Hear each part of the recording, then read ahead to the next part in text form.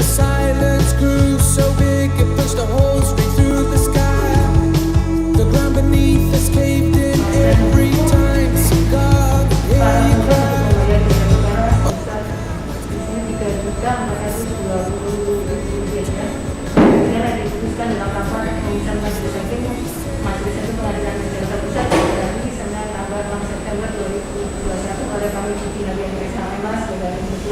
Sudah daftar SHMH dan saya diduduki SHMU masing-masing sebagai hakim anggota yang kemudian putusan tersebut dibacakan pada hari Rabu tanggal 8 September 2021 diucapkan dalam persidangan terbuka untuk umum oleh hakim ketua dengan dihadiri oleh para hakim anggota tersebut Hani Sumar, SHMH Panitra Pengganti, penggugat 1, kuasa penggugat 2, kuasa para penggugat dan kuasa tergugat 2 tanpa dihadiri oleh penggugat 1 ya.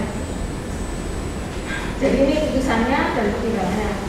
Sebagai di awal tadi saya sampaikan bahwa bila tidak puas dengan putusan ini bisa mengajukan upaya banding. Kira-kira demikian ya. Ada yang mau disampaikan? Kalau yang lain seperti yang lalu saya sampaikan bahwa dengan sidang terbuka untuk umum dan ada rekaman video yang menyatakan perbedaan yang menurut saya ada pemalsuan. Saya diminta diizinkan untuk publikasi yang dilakukan oleh pihak. Silakan. Karena sudah selesai putusan dan terima kasih yang menyampaikan saja. Silakan ya. Jadi masuk proses kasasi nanti silakan proses kasasi dulu ya. Saya kira itu bisa. Yang mulia sudah diizinkan rekaman. Ya silakan. Terima kasih yang mulia. Ada yang mau jawab juga? Nyatakan selesai dari dulu ya. Hari ini putusan sidang 218 ya, hari ini hari Rabu tanggal 8 September 2021. Memang tentu putusan itu menurut kami ya harus diterima, artinya kita tetap menghargai selalu putusan pengadilan harus kita terima, dan tapi kan akan kami lakukan upaya hukum banding.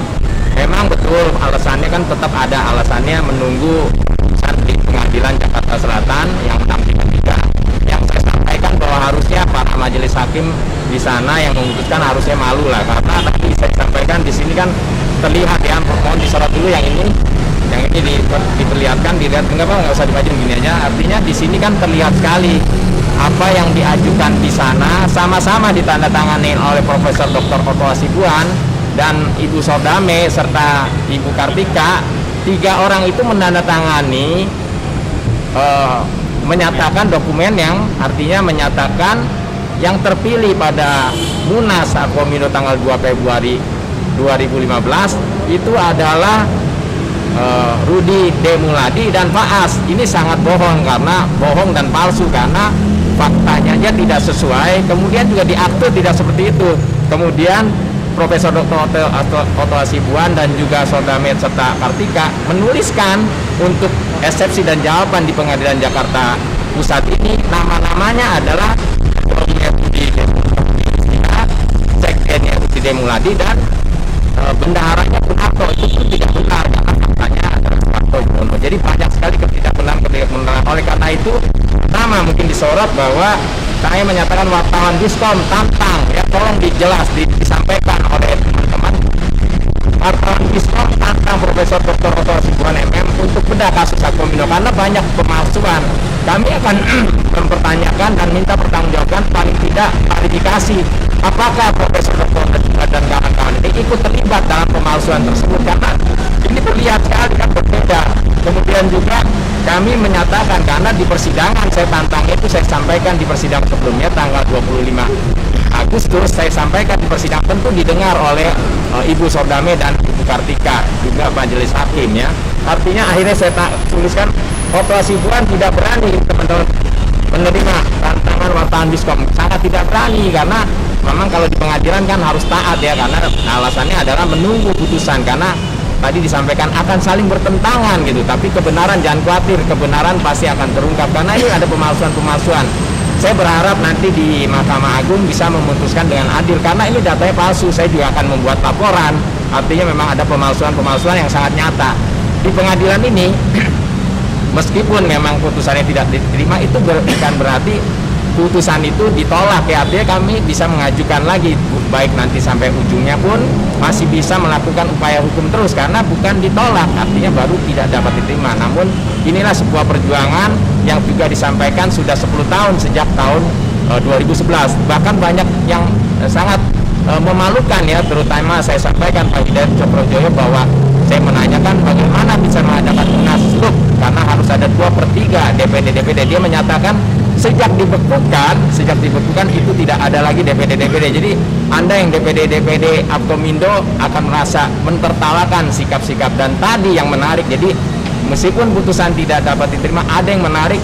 Hakim menyatakan saya diperbolehkan mempublikasi rekaman video YouTube yang ada kesaksian tidak benar dari Pak Hidayat yang menyatakan sesuatu yang tidak benar. Dan yang juga memalukan adalah kesaksian Bapak Kris Iwan Japari yang selalu menjawab dengan kata-kata saya kira jawaban saya sama dengan Pak Hidayat. Selalu jawab saya kira jawaban saya sama dengan Pak Hidayat. Itu sangat memalukan dan benar-benar memalukan. Jadi katakanlah pada saat hari ini tidak dapat diterima, tapi kebenaran itu tidak bisa hilang. Kita tetap berjuang, kita tetap bersemangat. Saya berharap teman-teman media menyoroti perbuatan-perbuatan yang tidak terpuji ini, terutama Pak Otto Hasibuan. Pak Otto Hasibuan, saya tantang Anda dimanapun untuk berdebat kasus Apkomindo, dimanapun, sampai Bapak menang pun dimanapun saya akan tantang, karena di sini sangat terbukti tanda tangan Bapak, ya kan, tanda tangan orang seperti Bapak yang sangat terkenal, tetapi berbeda-beda.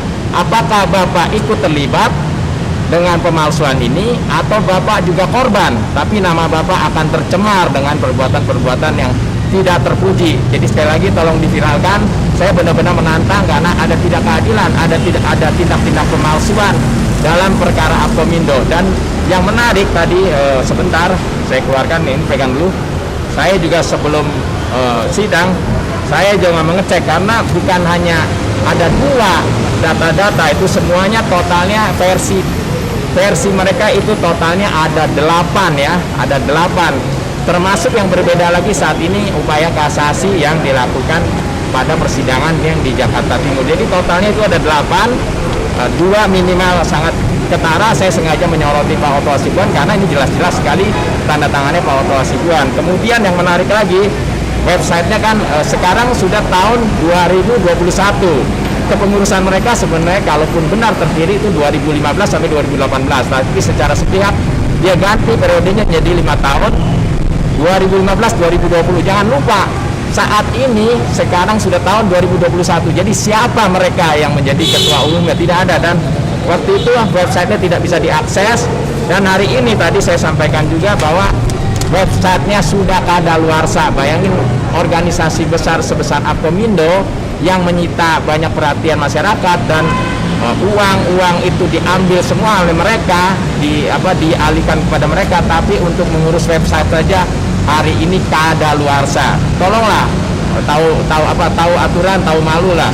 Belum lagi di aktenya dituliskan bahwa pemegang saham, dihadiri para pemegang saham, itu juga sangat memalukan. Jadi saya berani yakinkan meskipun dia menang secara pengadilan, nanti siapa yang berani berhadapan dengan hukum, karena setelah ini pasti ada acara hukum pidana. Seperti saat ini pun saya melaporkan atas peristiwa pidana yang saya sempat ditahan atas laporan palsu mereka di Bareskrim. Jadi saat ini pun jelas sedang berproses laporan saya yang saya sempat ditahan tanpa melakukan kesalahan. Itulah perbuatan yang sangat tercela dan mencoreng institusi penegak hukum di Indonesia. Tetap semangat kawan-kawan, dan pastikan kebenaran akan terungkap, dan saya sampai kapanpun akan minta klarifikasi Pak Otto Hasibuan atas keterlibatan beliau. Apakah Pak Otto Hasibuan dan kawan-kawannya terlibat atau mereka juga korban atas atas spekulasi data-data yang seperti ini. Ini sangat memalukan dan tidak akan mungkin bisa dijawab oleh kita semua. Yang hanya bisa menjawab adalah Pak Otto Hasibuan, Sodame, dan Ibu Kartika yang menandatangani 2 berkas untuk pengadilan yang berbeda. Demikian, dan tetap semangat dan yakinlah kebenaran akan terungkap. Terima kasih kawan-kawan. Foto lagi, foto dulu. Terima kasih, kamu udah